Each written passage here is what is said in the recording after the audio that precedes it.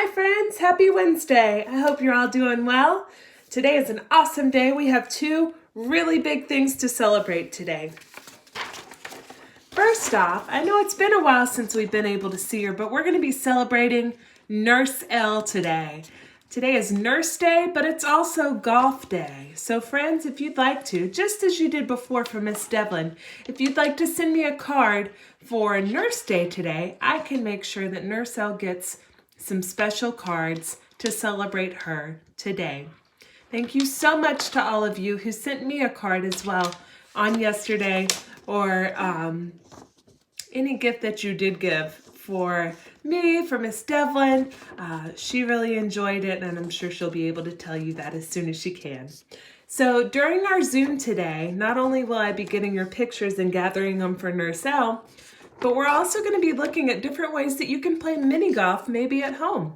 Maybe after your packet information today, you choose to make your own putter and you choose to make your own little course that you can work on. I'm going to show you some different ways to do that with things around the house, and I think it'll be a lot of fun.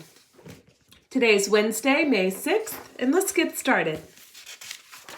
So for math today, friends, we have so much to do, so many things to celebrate six-sided shapes. The first thing we're going to do is look at page 7. On page 7, Emily is in an art studio now, and she is looking at artwork. They want to know if you can circle the pictures of art that have 6 sides. Now, it doesn't necessarily mean it has to be a hexagon. 6-sided artwork is what they're looking for. Here's a picture of what that would look like on page 7. There's Emily looking at the different artwork. So going through and counting those artwork pieces and making sure part of it has a 6-sided piece in it. Another thing we're going to be doing for our math today is we're going to cut out our pattern blocks. Now friends, these pattern blocks are going to be used for a lot of days. So my thought behind doing this is, after you cut these, I suggest you use them for a hexagon activity, but maybe instead of gluing these, maybe use them and then trace what you did, or take a picture with the shapes on top of your hexagons so I can see your work. Again, we'll cut these and use them for a hexagon activity. How many different ways can you fill the hexagon? Now friends, if you do not want to color your hexagons like I have, you can simply just cut these shapes and lay it on top of your hexagons. When you do that, take a picture and send it to me. That way I'll know you did your work. And you can put all of your shapes back in a baggie so you'll have them, because we are going to be using these shapes all week long for different activities and different things we're doing. Now, after you've done your fill the hexagon page here on 8, you also have a few questions at the top to do. Now, this is just a little bit of practice with hexagons. There's 4 questions here, and they want you to circle the hexagon. So in that one, it will be a shape with 6 sides, and it always looks the same. Hexagons always have those 6 sides in a certain pattern, and you'll see what I mean when you see that sheet. Now, the last thing for our math, after you've cut out your pattern blocks, after you've done your how many ways can you fill a hexagon, the practice pages, after you've looked at Emily's artwork and chosen the right things for her, you have something called Shape Jumble. Shape Jumble is on page 9. They want you to, the directions are at the top, they want you to color all the circles red, all of the triangles blue, and all of the squares green. At the bottom, they want you to count how many of each you have, so make sure you fill in that bottom part as well. And that is our math for the day. When you get ready for module block, there is a fantastic video from CMS attached in the description box below. You can either pause our video now, or you can wait until the end of it to see it. But they have the poem of Trees in Our Community. It's red. And we're also going to be looking at preposition words. Now, friends, preposition words a lot of the time could also be considered positional words. So in the poem, you'll hear different words like above, below, beside. What you're going to do is you're going to talk to someone about the words, the preposition words that you heard in the poem. And then you're going to draw a picture of a tree with a bird above, below, in, and beside the tree. 4 different ways we're going to draw a bird. You have an option here. You have on sheet number 15, you have the 4 different trees for the birds here. You could do it here. You could draw a bird above, below, beside, and inside the tree. Now, if this is too small for you, because this was too small for me to draw a bird inside, friends, you may also draw your own picture if you choose to. Here I have done all my birds on one tree. I have a bird above, below, beside, and inside my tree.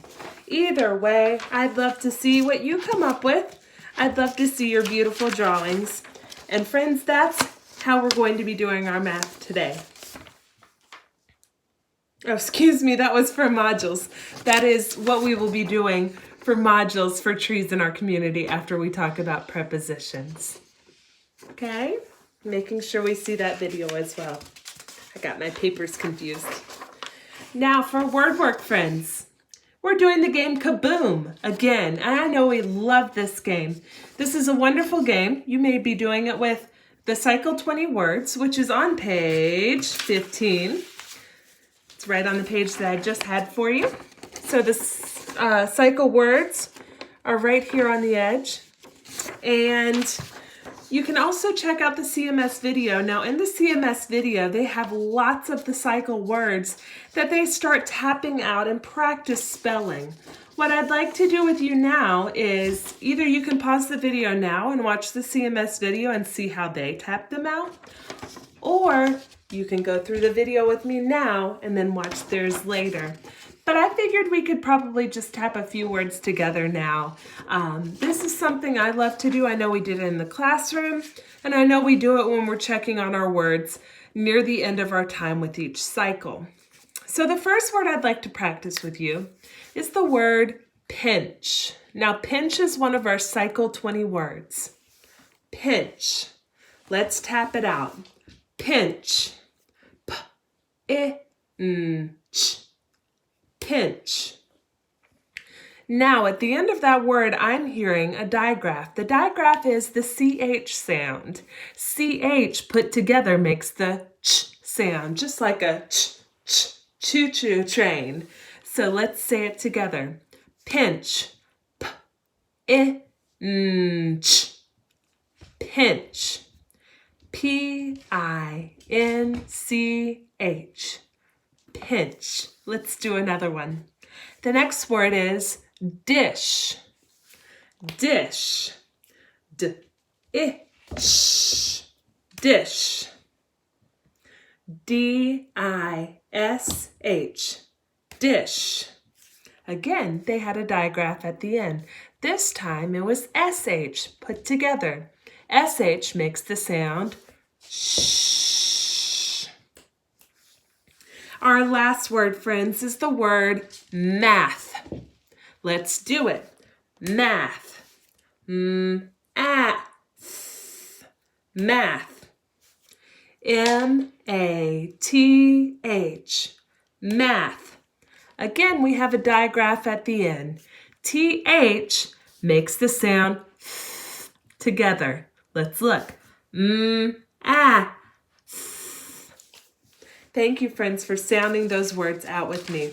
Again, if you look for the CMS video in the description box below, you'll see them sound out a few words as well.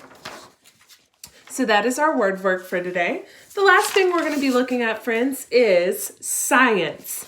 Now, yesterday we started talking about amphibians. Now, when it comes to amphibians, we yesterday talked about some of the amphibians that we knew about, like frogs, toads, salamanders, newts. and what they have. So we talked about that amphibians have tails. They have the ability to live on water or on land. And they have either smooth, rough, wet, or dry skin. So today, friends, what we're going to be doing with that is we're going to be making a double bubble of frogs and salamanders. Two things that are alike, two things that are different. Well, friends, here's my double bubble. I've got frogs on one side, salamanders on the other. Remembering with a double bubble, the things that are the same we're going to put in between the two topics. So again, our things that are the same are going to connect to both amphibians. So I wrote here that both a frog and salamanders are amphibians. They are both that kind of animal. Now on the outside, the things that do not connect to both topics are the things that are different. Okay? So on the outside, I wrote that salamanders keep their tails. Salamanders have their tails their whole lives. Over here, I wrote, frogs eat flies. That's different because salamanders don't. What I'd like to see is two differences for each animal and at least two things that makes them the same. Now, friends, there is a picture of both of those animals in your packet we are on day 25.